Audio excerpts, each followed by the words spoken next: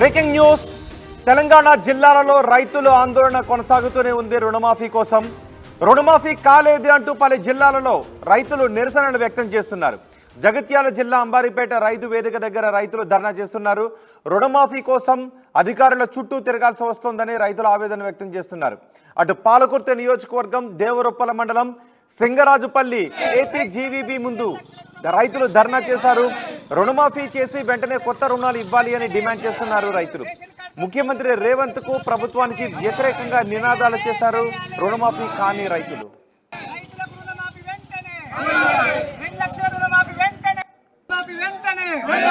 రైతులందరికీ 2 లక్షల రుణమాఫీ వెంటనే, లేకుండా రుణమాఫీ వెంటనే, రేషన్ కార్డుతో సంబంధం లేకుండా రుణమాఫీ వెంటనే. రాజేశ్వరిని నా భర్త గులవాడి 20 ఏండ్లు అవుతుంది. నేను 80,000 అప్పు తీసుకున్నా. 2020లో తీసుకున్నా. 2020లో అప్పు తీసుకున్నా 80,000. 80,000 వీడికి మూడో తాప చూసినా అందులో పేరు వచ్చేది లేదు. ఆ బ్యాంకుల పొంటి తిరిగితే అందులో పట్టించుకుంటలేరు, రాలేదని నన్ను వెళ్ళగొడతాను. ఈ అప్పు 80,000 అప్పు సారి వీడికి 3 సార్లు తిరిగి వచ్చిన. దయచేసి మాకు 2 లక్షలకు లోపల అన్నావు, అవి ఇచ్చి మాకు న్యాయం చేయాలి. నేను గత 3 సంవత్సరాల క్రితం 10,000 రూపాయలు నాకున్న 9 గుంటల భూమిని పెట్టి అగ్రికల్చర్ కింద లోన్ తీసుకున్నా. ఆ తీసుకున్న దానికి మధ్యలో ఈ రుణమాఫీ అనేది వస్తుంది అన్నాక నేను ఆ లోన్ కట్టలే. లోన్ కట్టకుండా నువ్వు ఆ ఇంట్రెస్ట్ కడితేనే నీకు లోన్ మాఫీ చేస్తాను, లేకుండా లేదని బ్యాంక్ వాళ్ళు అంటే ఆ 3,244 రూపాయలు ఇంట్రెస్ట్ కట్టి ఆ లోన్ అట్లనే ఉంచుకుంటే ఇప్పటికీ నాకు లోన్ మాఫీ కాలేదు. మళ్ళీ ఈ బ్యాంకు పోతేనేమో అగ్రికల్చర్ ఆఫీస్ దగ్గర పోమంటారు, ఆడికి పోతేనేమో బ్యాంకు వాళ్ళ దగ్గర పోమంటారు. బ్యాంకు నుంచి స్టేట్మెంట్ తీసుకురమ్మంటారు. ఇక బ్యాంకు నుంచి స్టేట్మెంట్ కూడా తీసుకొచ్చిన ఆయనకు ఉన్నదాన్ని దాని కింద. ఇక ఆ బ్యాంకు పాస్ పుస్తకం జిరాక్సు, ఈ ఆధార్ కార్డు అన్నీ సబ్మిట్ చేసినా వాళ్ళు ఇప్పటివరకు లేదు. అంటే వాళ్ళు ఇస్తానది 2 లక్షలు. ఈ 10,000కు ఇచ్చే నెల రోజులు అవుతుంది. ఈ నెల రోజుల నుంచి 10,000 దిక్కులేవు. ఈ 2 లక్షలు ఇస్తారంటే నానొట్టినా చేస్తున్నట్టే కనబడుతుంది. ఈ 10,000 కోసం నేను ఇప్పటికి 15 రోజుల నుంచి తిరుగుతున్నా బ్యాంకుల చుట్టూ, ఆఫీసుల చుట్టూ. ఇంతకంటే ఎక్కువ తిరుగుడు ఏది లేకనే ఇప్పుడు మా నిరసన తెలియడానికి ఈరోజు వచ్చి ఇక్కడ మీకు అంటే మేము పడే కష్టం అన్ని ప్రజలకు తెలవాలి, ప్రభుత్వానికి తెలవాలి అనే దాని కింద మేము ఇక్కడ ఈ నిరసన తెలుపడానికి ఈరోజు వచ్చి ఇక్కడ ఈ వేదికను ఉపయోగించుకుంటాం. పాస్బుక్ పుట్టినప్పుడు ఒక చెక్కు వచ్చింది, అయితే 17,000 రూపాయలు. అయితే 17,000 రూపాయలు చెక్ వచ్చింది. చెక్కును పాస్బుక్ నా చేతిలో పెడితే నేను 15 రోజులకు పోయి బ్యాంకు కాడికి పోయి ఈ చెక్ అని బ్యాంకులకు పైసలకు పోతే పైసలు లేవు, ఇలా వల్లేవని అన్నాక ఇదే చెక్కు తీసుకుపోయి అగ్రికల్చర్ ఆఫీస్కు చూపితే ఆ చెక్కు తీసుకున్నది రిటర్న్ పంపిన అన్నది ఇవరకు దీని పైసలు అందలేవు. ఇక దీని పైసలు అందలేవు. అయితే ఇది 1,30,000 ఉన్నాయి బ్యాంకు శ్రీనివాస స్థానంలో బ్యాంకులో. అయితే ఇండ్లు ఉన్నాయి అని ఇగో ఇది 1,30,000 కూడా ఆపిర్రు, అవి కూడా రాలేవు. అయితే ఇది ఆఫీసర్ల దగ్గర కొద్దిగా చీకటి పోరాటం ఉన్నది. వాళ్ళు కరెక్ట్ పనిచేయాలి. 10,000 20,000 లక్షల్లో ఎందుకు రాలేవు? ఈ ఆఫీసర్లు చక్క వంపకనా, వీళ్ళు పని చక్క చేయకనా, వాళ్ళ దగ్గర నేరం పోయిందో ఇది ఒక్కటి ఇన్క్వైరీ చేయాలని చెప్పి దయచేసి ప్రజాప్రతినిధులకు ఇస్తున్నా.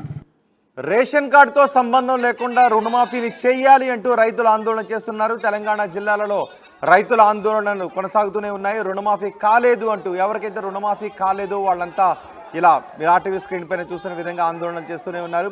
రేషన్ కార్డుతో సంబంధం లేకుండా ఇచ్చిన మాట ప్రకారం రుణమాఫీ చేసి కొత్త రుణాలు ఇవ్వాలి అని డిమాండ్ చేస్తున్నారు. రైతు రుణమాఫీ గురించి ఎర్రబెల్లి దయాకర్ కూడా మాట్లాడారు. ఆయన ఏం మాట్లాడారు చూద్దాం. 9వ తారీఖు నాడు రుణమాఫీ చేసేస్తా అని చెప్పాడు.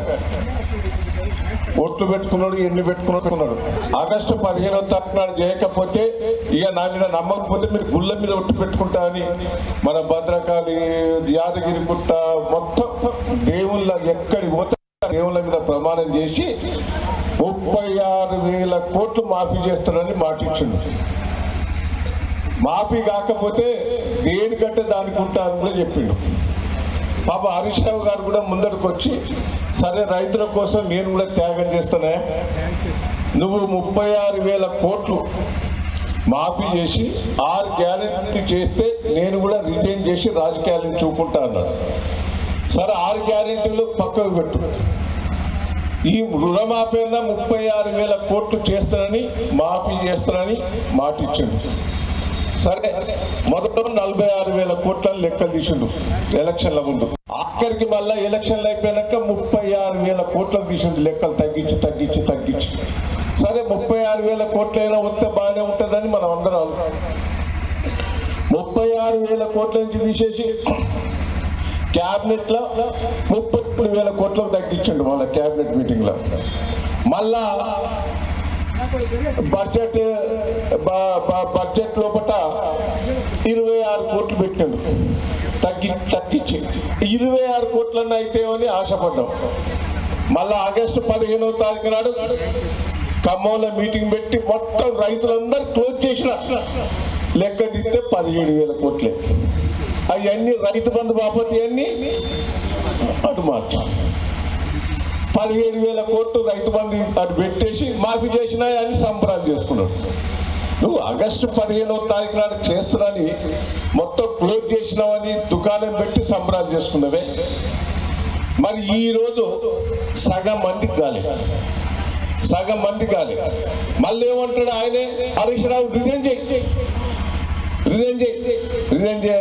మళ్ళీ హరీష్ రావు నువ్వే మాఫీ చేస్తానని చెప్పి క్లోజ్ చేసినావని చెప్పి ఇప్పుడేమంటారు మళ్ళీ ఇంకా అక్కడక్కడ కొద్దిగా మిగిలిపోయాయి. అక్కడిక్కడే మిగిలిపోయినాయి. అవి కూడా అప్లికేషన్లు చేసుకుంటా అంటే పాపం 2 లక్షలు దాటిన వాళ్ళ అంతా బ్యాంకులో చుట్టూ తిరిగి మిగతా అమౌంట్ కట్టారు. అది కట్టిన తర్వాత కూడా ఏం రెస్పాన్స్ లేదు. పాప ఇప్పుడు ఆ బంగారం పెట్టి తెచ్చి పెట్టిన శంకరాజపల్లి అని అందరు అప్పులు తీసుకొచ్చి పెట్టారు. నేను ఒక్కటే అంటున్నా, నిన్ను వదిలిపెట్టే ముచ్చటే లేదు. నేను కూడా చెప్తున్నా, హరీష్ రావు గారు కానీ, కేటీఆర్ గారు కానీ, కేసీఆర్ గారు కానీ మేము నిన్ను వదిలిపెట్టే ముచ్చట్లేదు. రైతులందరికీ రుణమాఫీ అయ్యే వరకు వదిలిపెట్టేది లేదు. నేను ఒక్కటే చెప్తున్నా, నేను ఇప్పటికి 8 నెలల నుంచి సైలెంట్గానే ఉన్నా. నేను రైతుల కోసం ఈ దేవరూపుల మండలం పాలకుర్తి నియోజకవర్గంలో కేసీఆర్ నాయకత్వంలో ఎన్నో చేశాం. ఏందండి, 5 ఏళ్ల కింద 10 ఏళ్ల కింద మనకు దేవరూపుల చుక్క నీళ్లుండేనా? 10 ఏళ్ళు నా 50 ఏళ్ళు మీరు కాంగ్రెస్ పార్టీ వెళ్ళిందే ఎన్నడన్నా పట్టించుకున్నారా? ఆ బాగు పట్టించుకున్నారా ఎప్పుడన్నా? గోదావరి నీళ్ళు తీసుకొచ్చి బాగులో పోసి ఎండాకాలంలో చెర్లు నింపింది దయన్న కాదా, కేసీఆర్ కాదా?